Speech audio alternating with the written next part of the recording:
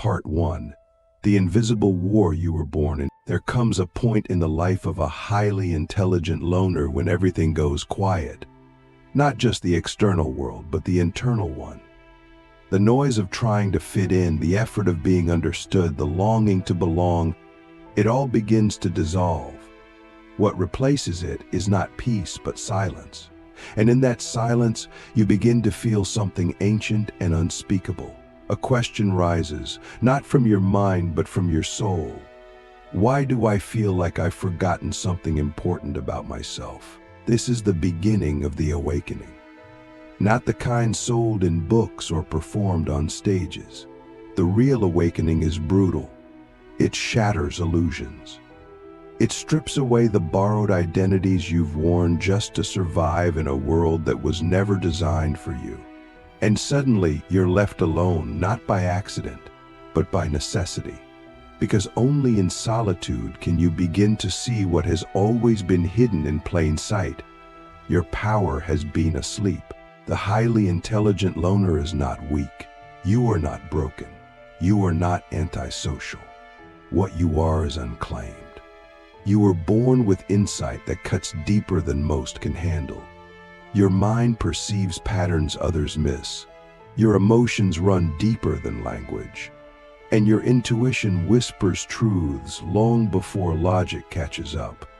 But here's the truth. The world doesn't know what to do with that. So it tried to tame it, suppress it, label it. And you, in your innocence, believed them. You believed that your silence was a problem, that your intensity was too much, that your isolation was a flaw. But it wasn't. It was protection. It was nature's way of pulling you away from noise so you could hear your own soul. It was the universe shielding you from shallow waters so you could eventually dive into the deep. And now here you are, standing at the edge of that depth, being called to reclaim what was always yours. Soren Kierkegaard once wrote, "The most common form of despair is not being who you are." And that is the silent suffering of the highly intelligent loner. Not loneliness, not failure, but forgetting. Forgetting your power, forgetting your vision, forgetting your origin. Because in a world built for surface-level survival, depth becomes a liability. And so, like many of us, you adapted, you shrank, you played small. You became invisible to feel safe. But here's where everything changes. The pain you've been carrying? It's not a punishment, it's a signal. A sign that your time of hiding is over, that the masks no longer work, that the price of staying asleep is too high. You are not here to conform. You are here to remember. And the first act of reclaiming your power is not to change yourself, it is to observe yourself. Not from the eyes of judgment, but from the eyes of truth. Look at your life. Look at the places where you've given your energy to people who couldn't hold it. Look at the rooms you walked into and felt smaller. Look at the ideas you buried just to be accepted. And now ask yourself this: what would my life look like if I stopped apologizing for who I am? Not once, not in theory, but fully, daily, in every interaction. What would shift? Click subscribe to this channel to get more profound insights.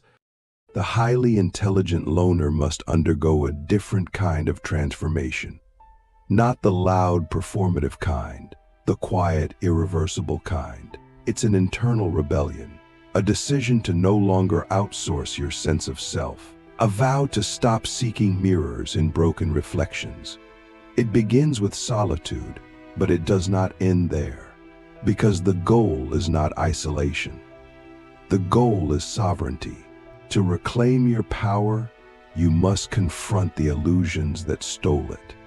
The illusion that you are too intense. The illusion that your emotions are a weakness. The illusion that you are unlovable unless you dilute your truth. These are not facts. These are programs, and the intelligent mind, when turned inward, becomes the most effective deprogramming tool in existence. When you begin to question your own conditioning, you start to remember who you were before the world told you who to be. This is not easy. There will be resistance, not just from others, but from within. Because parts of you have built entire identities around being misunderstood, around being smaller, around being the outsider. And letting go of that story will feel like death, but it's not death. It's liberation. It's the death of the false self so the true self can emerge fully, unapologetically, and undeniably. Friedrich Nietzsche said, "He who has a why to live can bear almost anyhow." And that's what you're discovering now. Your why is not external. It's encoded in your very being. Your thoughts, your feelings, your sensitivity. They are not flaws. They are instruments waiting to be tuned. And when you begin to tune them, you don't just reclaim your power, you become a force. But here's the paradox. True power doesn't shout. It doesn't posture. It doesn't need validation. True power is quiet. It is grounded. It is felt. When you walk into a room fully rooted in your essence, the energy shifts not because you demand it, but because you embody it. And that embodiment only happens when you stop running from your own depth. So what does this path look like, practically? First, you create sacred solitude, not escape, not distraction, but intentional space to hear your own soul. You unplug from the noise. You observe your thoughts. You let the silence speak. And in that silence, you begin to feel the stirrings of something ancient, your original voice, the one that was never conditioned, the one that remembers. Second, you practice radical honesty. You stop lying to yourself about what you want, about who you are, about what you're tolerating. You look at your life through the ruthless lens of truth, and you begin to align your actions with your awareness. No more pretending, no more shrinking, only truth. Even when it's uncomfortable, especially when it's uncomfortable. Third, you withdraw your energy from the wrong places. It's time to stop watering dead plants. If something drains you, devalues you, or dismisses you, it no longer deserves your presence. This includes relationships, habits, environments, and even thoughts. Your energy is sacred. Stop giving it to what does not honor you. That single shift will reclaim more power than any affirmation ever could. Fourth, you build your world from the inside out. Stop waiting for others to recognize your value. Recognize it yourself. Create, speak, move. Not to be seen, but because you see. You see what others miss. You feel what others can't. And that inner world, when expressed, becomes your outer legacy. But it starts with you choosing yourself over and over until the choice becomes identity. So let me ask you the question that could change everything. What part of you have you abandoned in order to survive? What brilliance have you buried? What power have you dimmed? What voice have you silenced? And what would truly happen if you reclaimed it now? In the next part, we will dive deeper into the architecture of inner power. We'll explore identity deconstruction, energetic mastery, psychological sovereignty, and how to become unshakable in a world designed to keep you asleep. You've begun remembering. Now it's time to rebuild. Part 2, the inner rebellion, rebuilding yourself from the ashes of illusion. The moment you begin to reclaim your power, you will feel a strange resistance. Not from the world, not yet, but from within. It's your old self, the one built from compromise and camouflage, rising in protest. It will whisper that you're being too much, too different, too unapologetic. It will warn you that if you show your true self, you'll lose everything. But here is a truth that will liberate you. If it can be lost by being who you truly are, it was never yours to begin with. This is the inner rebellion. Not a rebellion of chaos, but of clarity. You begin to dismantle the structures within you that were built to please others. You stop trying to be digestible. You stop making yourself small to fit into conversations, relationships, or systems that were never designed for someone like you. And in destroying those false altars, you begin to build something unshakable, a self that no longer negotiates its worth. Jean-Paul Sartre once said, "Man is nothing else but what he makes of himself." This is the invitation now, to become the architect of your identity, rather than the heir of your conditioning. Most people inherit their personality. They are a sum of reactions, fears, and borrowed beliefs. But you are being called to construct yourself consciously. Every thought, every decision, every action must now pass through the filter of, is this mine, or was this planted in me? This is the foundation of psychological sovereignty. It starts with awareness, but it must lead to action. You must begin to observe your internal narratives like a scientist, detached, curious, ruthless. Which voices in your head are yours? Which are echoes of parents, teachers, media, trauma? Which emotions belong to you, and which were absorbed from those around you like static in the air? If you never ask these questions, you'll live your entire life reacting to ghosts. To become sovereign, you must confront the systems within you that are still enslaved. One of the most powerful is people-pleasing. This is not kindness. It is control disguised as virtue. It is the attempt to manage how others see you because you fear rejection more than you value truth. But here's the irony. The more you betray yourself to be liked, the more unlikable you become because people can smell inauthenticity even when they can't name it. So you must choose comfort or clarity, approval or authenticity, belonging or becoming. You cannot have both. And the highly intelligent loner is uniquely positioned to make this choice because you've already tasted the solitude that others fear. You already know how to be alone. Now you must learn how to be yourself in that aloneness, not as a wound, but as a weapon. Begin by reclaiming your mind. Thoughts are not facts. Most of them were programmed into you by repetition, not truth. You must become a vigilant observer of your internal dialogue. Start asking, who told me that? Why do I believe that? What evidence supports that thought and what evidence contradicts it? This is how you begin to clean the lens through which you see the world. Because if your lens is dirty, your entire reality will be distorted. Then reclaim your emotions. They are not weaknesses. They are data. But for the highly intelligent loner, emotions are often so intense that they become overwhelming. So you learn to suppress them, intellectualize them, or ignore them. But emotions that are not expressed become energy that distorts your nervous system. So you must stop analyzing your feelings and start feeling them. Let anger move through you. Let grief speak. Let joy expand. Don't manage your emotions. Honor them.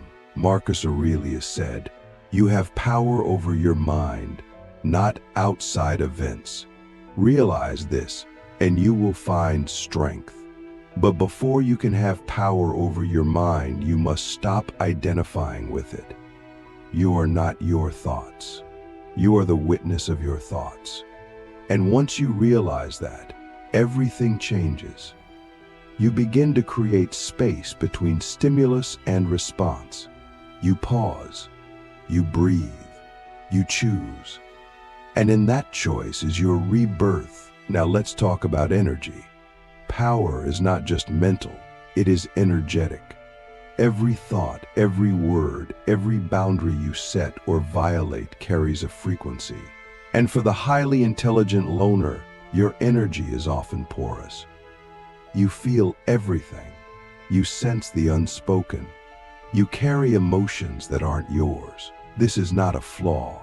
It is a gift, but only if you learn to master it. Begin by protecting your energy like it's sacred. Because it is.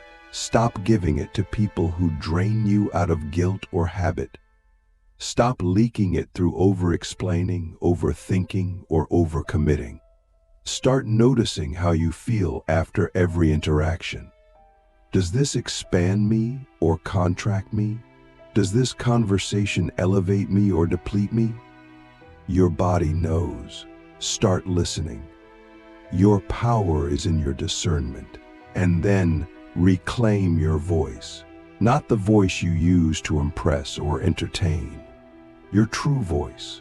The one that speaks with clarity, with conviction, with calm authority. This voice does not shout. It does not seek permission. It simply speaks truth, even when it shakes, even when it costs you approval, especially then, because every time you speak your truth, your nervous system rewires itself to trust you again. And that trust is the foundation of unshakable confidence. But here's the most radical act of all. Reclaim your vision. What do you want? Not what's expected, not what's safe. What do you desire at the deepest level of your being? Most people have no idea because they've spent their lives adapting. But you, if you are brave enough, can begin to excavate it. Sit in silence. Let the noise fall away. Ask yourself, if I were not afraid, what would I create? If I were not broken, what would I build? If I were not hiding, what would I pursue like my life depended on it? Your vision is not a fantasy. It is your instruction manual. And when you begin to align your life with that vision, even in the smallest ways, the universe begins to respond. Not because of some mystical law, but because you finally stopped resisting your design. You finally said yes to your truth. And that yes is the most magnetic force in the world. So now, let me ask you the question that will haunt you until you answer it. What would your life look like if you stopped betraying yourself? What would it feel like to wake up every day in full alignment with your values, your voice, your vision? What would it cost you? And more importantly, what would it give you? Because this is not about becoming someone new. It is about remembering who you were before you forgot. Before the world taught you to perform. Before fear taught you to hide. Before trauma taught you to self-abandon. And that remembering is not a moment. It is a practice. A daily, deliberate return to truth. In the final part, we will explore how to take this reclaimed power and wield it. How to walk through the world as a silent force. How to build relationships, art, and impact from your center. We will talk about presence, purpose, and how to become unshakable in chaos. Part 3. The silent force, becoming unshakable in a world that fears depth. Now that you have remembered who you are and begun rebuilding yourself from truth rather than illusion, the final step is embodiment. This is where your power becomes quiet, grounded, and undeniable. You stop seeking to prove anything. You stop needing to explain your existence. You simply are. And in that state, in that grounded presence, you become what the world has forgotten. A silent force, immune to chaos, anchored in clarity. People may not understand you. That is not your burden. You are not here to be understood. You are here to understand. And in your presence, others begin to feel something they haven't felt in years. Stillness, depth, truth. You become a mirror that reveals their own disconnection. And that mirror will either attract them or trigger them. But you remain still. Because your validation no longer comes from outside. Lao Tzu wrote, "He who knows others is wise, he who knows himself is enlightened." You have begun to know yourself, not as a collection of preferences or roles, but as awareness itself. And now, every interaction becomes an act of discernment. Who deserves your energy? Who earns access to your mind, your time, your body, your truth? not from a place of arrogance, but from reverence. Because the more awakened you become, the more sacred your presence becomes. To walk as a silent force, you must master the art of energetic economy. You no longer waste words. You no longer explain your intuition. You no longer argue with people committed to misunderstanding you. Energy is your currency now, and you spend it with precision. This doesn't mean you isolate. It means you curate. Your environment, your relationships, your inputs, all of them must be aligned with the reality you are now choosing to inhabit. Begin each day not by checking your notifications, but by checking your alignment. Ask yourself, what energy am I bringing into this day? What intention am I anchoring into my body? What frequency am I broadcasting into the world? This awareness turns your life into a living meditation. You are no longer reacting. You are directing. You are no longer chasing peace. You are peace, and chaos simply has no place to land within you. This is the power of embodiment. Not just knowing your truth, but living it. Even when no one sees. Even when it's inconvenient. Especially then. Because power doesn't come from what you do when it's easy. It comes from what you refuse to abandon when it's hard. And the highly intelligent loner, when fully embodied, becomes a force of nature. You don't need to dominate. You don't need to convince. You simply exist, and the world adjusts. But now we must speak of the work, because this path of power is not a destination. It is a discipline. You must continue to refine your awareness, to sharpen your discernment, to protect your peace like a warrior. You must continue to unlearn, to release, to recenter. The world will tempt you to forget. It will try to pull you back into distraction, into noise, into doubt. But you remember now. And remembrance is a practice. So build your rituals, not from dogma, but from resonance. What grounds you? What opens you? What reminds you of your truth when the world forgets? Maybe it's silence. Maybe it's movement. Maybe it's writing or nature or music. Whatever it is, make it sacred. Make it daily. Because your rituals are the scaffolding that holds your power in place when life tries to shake you. And now, let us speak of purpose. You did not come here to fit in. You came here to transmit. Your unique configuration of intelligence, emotion, and depth is not random. It is a signature, a code. And the more you live from that place, the more you activate others. You don't need to be a teacher or a healer or a speaker. You just need to be clear. And in your clarity, others begin to remember themselves. Viktor Frankl said, "Those who have a why to live can bear with almost any how." Your why is not out there. It is in the moments when you feel most alive, most truthful, most aligned. Follow that. Build from that. Let that be your compass. Because purpose is not a job title. It is a state of being. And when you live from that state, everything you touch becomes meaningful. But do not mistake solitude for isolation. Yes, you walk alone, but not to escape connection. You walk alone to purify connection, so that when you do connect, it is real. It is resonance, not obligation. It is intimacy, not performance. And in those rare sacred relationships that can meet you in your depth, you will find a new kind of nourishment. Not the kind that fills a void, but the kind that reminds you there was never a void to begin with. Now let's talk about impact. You don't need to go viral. You don't need millions of followers. You need alignment, because aligned energy creates ripples you cannot see. A single moment of truth can echo through generations.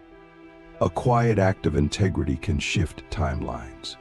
Don't underestimate the power of your presence. Don't measure your impact by noise.